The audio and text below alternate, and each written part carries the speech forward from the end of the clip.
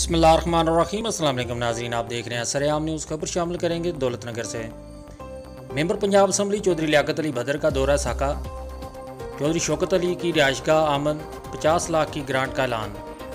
MPA Chaudhary Liaquat Ali भदर ने आज इलाका की मुमताज़ सियासी व समाजी शख्सियत उम्मीदवार बराए chairman union council Dilawarpur Chaudhry Shaukat Ali Saka की खुसूसी दावत पर गाँव साका का दौरा किया। चौधरी शौकत अली की रिहाइशगाह पर तशरीफ़ लाए। इस मौका पर गांव के दीगर मोअज़्ज़िज़ीन भी मौजूद थे। चौधरी लियाकत अली भदर ने गांव के दरीना मसाइल के हल के लिए फौरी तौर पर 50 लाख रुपए की ग्रांट का ऐलान किया और कहा कि इंशाअल्लाह गांव के दीगर मसाइल को भी चौधरी शौकत अली की ज़ेर-ए-किनारी जल्द हल कर लिया जाएगा।